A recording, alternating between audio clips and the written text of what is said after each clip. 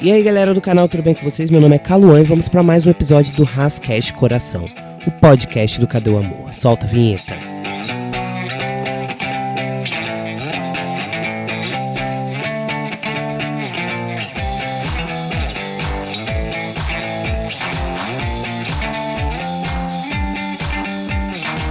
Percebe o quão pesado e incoerente é comparar machistas que procriam porque eu me recuso a chamar de pai alguém que goza e some. Pai pra mim é quem cria. Como é incoerente a gente comparar esses machistas que procriam com um homem que ama e protege seu filho. O episódio dessa semana do Crônicas do Absurdo foi sobre isso. O objetivo do Crônicas do Absurdo, essa nova série do Rascast Coração, é trazer à tona a hipocrisia e a incoerência dos discursos, mas é sempre preciso pensar além. Salientar a hipocrisia do discurso preconceituoso contraditório do dito cidadão de bem, que alega defender a família tradicional brasileira, não é indígena porque ele é apoiador de latifundiário, mas a branca, cis, heteronormativa e cristã, apesar de ele mesmo ter 3 divórcios, não pagar pensão, obrigar sua empregada a abortar para acobertar seus adultérios, bater na esposa e nos filhos, ser um pai ausente, o que pra mim é incoerente porque se ausente não é pai, e nem assumir a paternidade das crianças que teve fora do casamento. Existe a hipocrisia. A questão é colocar um comparativo entre um homem trans e um crápula. O que estamos tentando dizer com isso?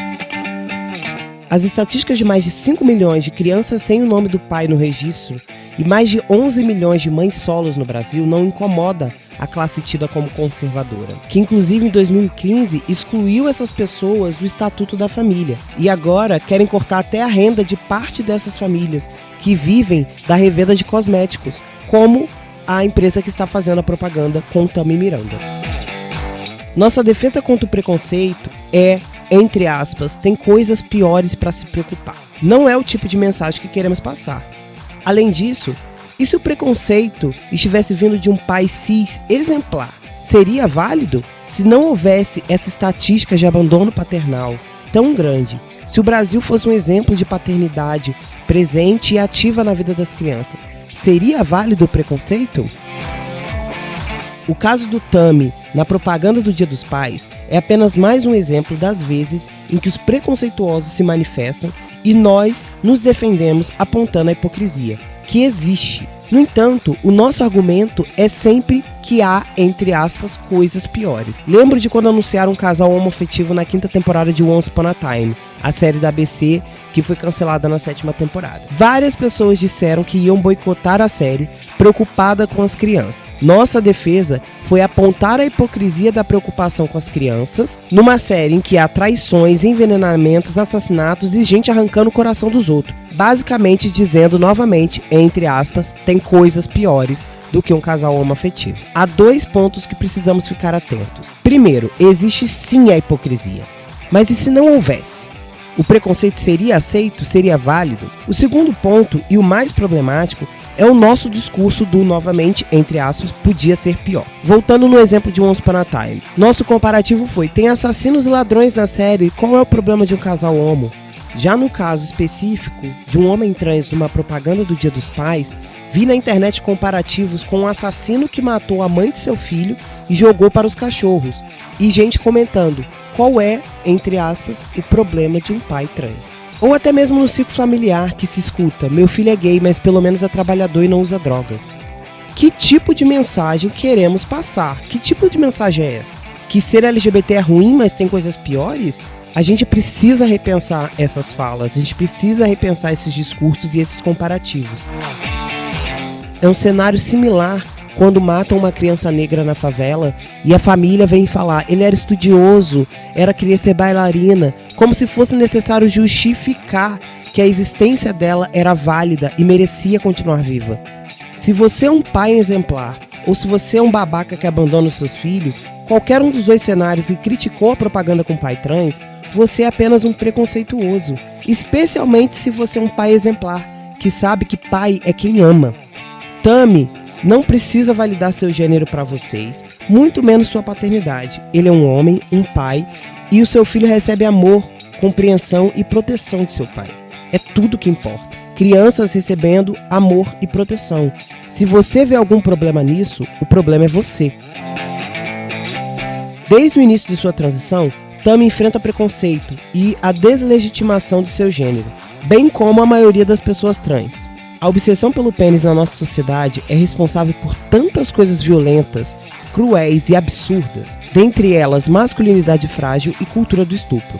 O que incomoda ver pessoas LGBT num lugar de afeto e não de chacota? Será que é a culpa que sentem por um grupo quase sempre representado num lugar de deboche e ridicularização construírem narrativas de afeto, família e amor sem a hipocrisia das narrativas de quem defende a dita família tradicional? Será que a população LGBT é aquele primo com a sua idade que conquistou mais coisas que você e a família fica jogando isso na sua cara e por isso você o ressente, porque ele te faz sentir envergonhado da sua vida? A subrepresentação de personagens LGBT fora de um lugar de chacota, marginalização, ridicularização ou tragédia é praticamente zero, comparado às poucas vezes na história da propaganda, TV e cinema que tivemos algum espaço. Não tem a ver com essa competitividade entre primos. O afeto é o que incomoda, o amor é o que incomoda, a felicidade incomoda.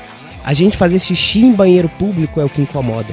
A gente existir e não ser ridicularizado incomoda. A hipocrisia que revelamos incomoda. Mas, ainda que ela não existisse, se não houvesse uma estatística tão grande que torna o processo de abandono paternal um problema social e não pontual, ainda assim haveria transfobia. Um homem trans gay vai ser invalidado pela própria comunidade LGBT por não ter um pênis. Um homem trans hétero vai ser invalidado por não ter um pênis. Um homem trans pai vai ser invalidado por não ter um pênis. Nas questões que envolvem a sexualidade, ou seja, a forma como o indivíduo se relaciona sexualmente, como ele faz sexo, só diz respeito a ele e ao seu par romântico ou sexual. Ponto. Para exercer a paternidade, para educar um filho, eu realmente quero entender qual é a função do pênis. Porque seja qual for o papel do pinto de um adulto na criação de uma criança, o assunto já passa a ser uma questão policial de abuso sexual e pedofilia.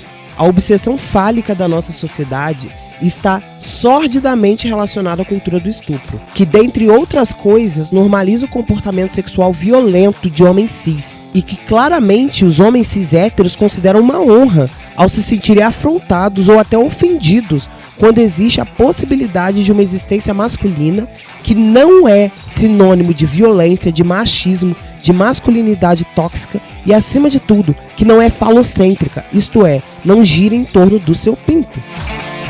A cultura do estupro é um dos pilares do patriarcado capitalista cristão, que vai oprimir sempre mulheres héteros cis, homens e mulheres gays e lésbicas e pessoas trans. A biologia foi usada para justificar interesses sociais, políticos e econômicos, de hierarquizar pessoas e dominá-las. Procuraram embasamento biológico ou religioso para legitimar opressões e desigualdades sociais. Aliás, o único cenário em que religiosos que acreditam que uma virgem deu à luz a um filho sem a participação nenhuma de um pinto usam a biologia a seu favor, só para atacar pessoas LGBT.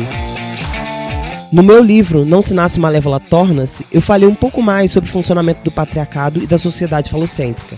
Quem tiver interesse, eu vou deixar o link aqui na descrição para você poder adquirir esse livro. Precisamos repensar nossas formas de argumentar. A hipocrisia existe, mas mesmo que ela não existisse, a gente não pode validar nenhuma forma de preconceito, em nenhum cenário. Não tem justificativa. É transfobia e já basta. Esse foi o episódio de hoje, eu espero que vocês tenham gostado. Se você gostou, deixe seu like, compartilhe com seus amigos, se inscreva no nosso canal no YouTube, curta a nossa página no Facebook, siga a gente no Instagram, segue a gente também no SoundCloud para ficar por dentro do nosso podcast. E é isso, galera. Beijo!